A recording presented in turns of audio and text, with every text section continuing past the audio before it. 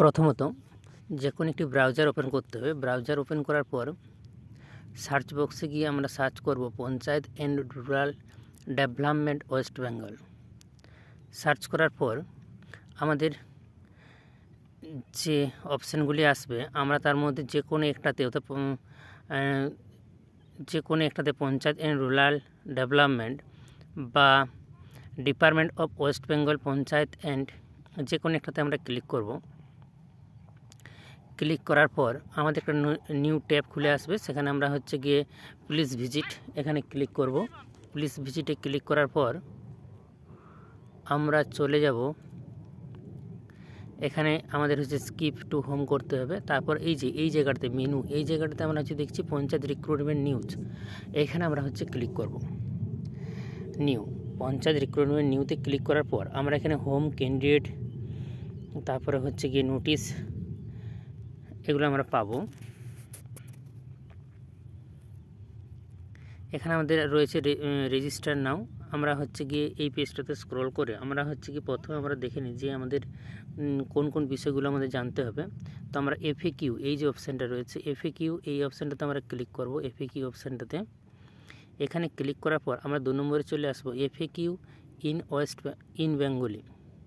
FAQ in English এটা বাদ দিয়ে আমরা আসবো এফএকিউ ইন বেঙ্গলি। এখানে গিয়ে অ্যাটাচমেন্ট যেটা আছে অ্যাটাচমেন্টে আমরা ক্লিক করব, তাহলে আমাদের ডাউনলোড হয়ে যাবে।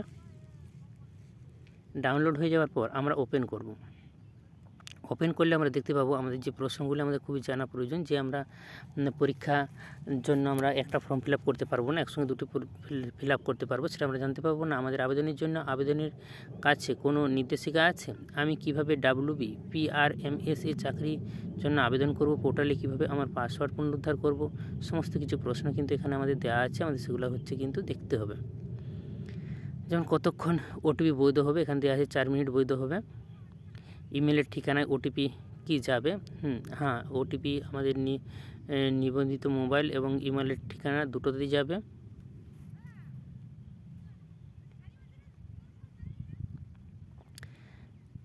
এরপর রেজিস্ট্রেশনের জন্য ছবি ও স্বাক্ষর আপলোড করতে হবে। এখানে আমাদের বলে দেওয়া আছে পাসপোর্ট সাইজ ছবি আমাদের আপলোড করতে হবে।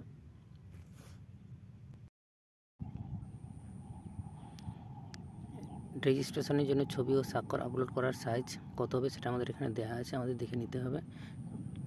যে 30 KB থেকে 80 KB এবং গিয়ে আমাদের 5 KB থেকে 50 KB, অর্থাৎ 5 KB থেকে 50 KB। এরপর যদি আমরা দেখি আমাদের গিয়ে এটা দেওয়া আছে, সাইজটা দেওয়া আছে 160x213 JPG বা JPEG বা PNG ফাইলে আমাদের আপলোড করতে হবে। এরপর স্ক্যান করা ডকুমেন্ট আপলোড না করে আমি কি চাকরির জন্য আবেদন করতে পারি? উত্তর অবশ্যই না, করতে পারি না। এরপরে রয়েছে নথি আপলোড করার জন্য ফাইলের আকার কত হবে? না, এখানে বলা আছে 200 KB থেকে আমাদের গিয়ে 202 MB JPG বা PDF ফাইলে আমরা গিয়ে আপলোড করতে পারি। চাকরি আবেদন করার পরে আমি কি প্রোফাইলের পরিবর্তন করতে পারি? অবভিয়াসলি উত্তর হ্যাঁ।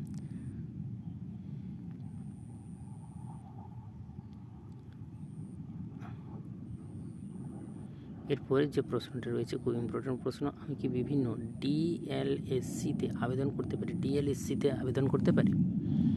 আমি কি বিভিন্ন DLSC-তে আবেদন করতে পারি? উত্তর হ্যাঁ, আপনি একাধিক DLSC-তে আবেদন করতে পারেন। আমি কি বিভিন্ন পদের জন্য আবেদন করতে পারি? না, হ্যাঁ, প্রয়োজনীয় এবং দরকারি শর্তাবলী পূরণ করে একজন একাধিক DLSC-তে আবেদন করতে পারবে।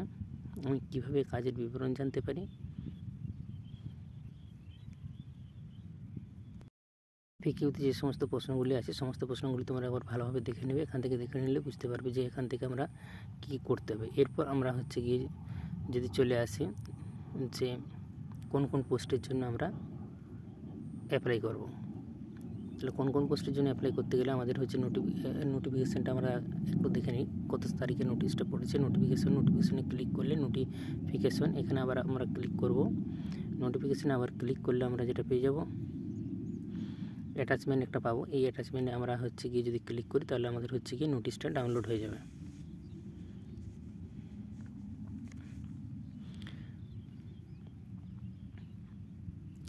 নোটিশটা ওপেন করলে আমরা দেখতে পাচ্ছি যে আমাদের হচ্ছে কি ডেট 27 ফেব্রুয়ারি 2024 আমাদের নোটিশটা পাবলিশ হয়েছে।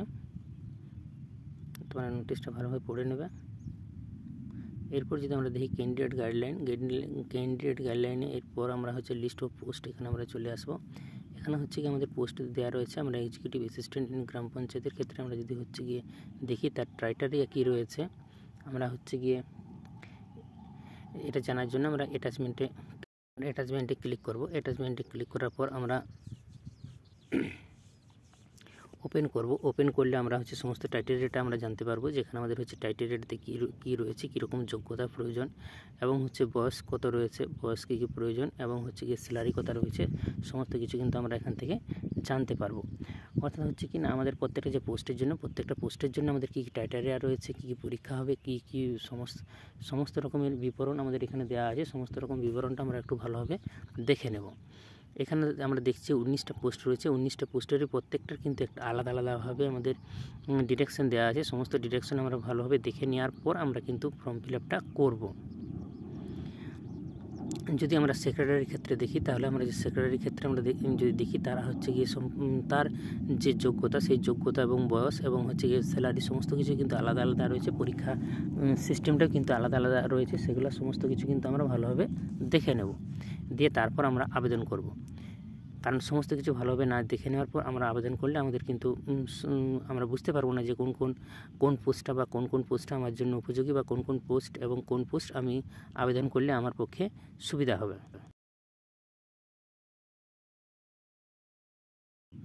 তাই সবার আগে আমাদের সমস্ত রকম পোস্টগুলি জেনে নেওয়ার পর আমরা হচ্ছে গিয়ে রেজিস্টার নাওতে ক্লিক করব। রেজিস্টার নাওতে আমরা ক্লিক করার পর আমাদের এই যে ফর্মটা আসবে, এই ফর্মটা আমাদের হচ্ছে পূরণ করতে হবে। এখানে হচ্ছে নাম, ফোন নাম্বার, জেন্ডার দিয়ে আমাদের হচ্ছে পূরণ করতে আমাদের হচ্ছে সেন্ড ওটিপিতে ক্লিক করতে হবে। সেন্ড ওটিপিতে ক্লিক করলে আমাদের যে মোবাইল নাম্বারে যে ওটিপি আসবে তা দিয়ে আমরা হচ্ছে ভেরিফাই অ্যান্ড রেজিস্টারে ক্লিক করব। তাহলে আমাদের কাছে ওপেন হয়ে যাবে। এবং তা আমরা হচ্ছে ক্যান্ডিডেট লগইন এখানে ক্লিক করে আমরা হচ্ছে গিয়ে পাসওয়ার্ড এবং ফোন নাম্বার দিয়ে আমরা হচ্ছে গিয়ে লগইনটা করে নিতে পারবো। লগইন করে নেওয়ার পর আমাদের সামনে এরকম একটা ড্যাশবোর্ড চলে আসবে। এরপর আমরা প্রোফাইল এডিটে ক্লিক করব। প্রোফাইল এডিটে ক্লিক করার পর আমরা হচ্ছে গিয়ে প্রথমে ছবি আপলোড করব এবং তারপরে হচ্ছে গিয়ে সিগনেচার আপলোড করব। এরপর আমরা ধাপে ধাপে ফর্মটি ফিল আপ করবো। এখন তোমরা যারা আমার এই চ্যানেলটি সাবস্ক্রাইব করোনি, আমার এই চ্যানেলটি অবশ্যই সাবস্ক্রাইব করে নেবে।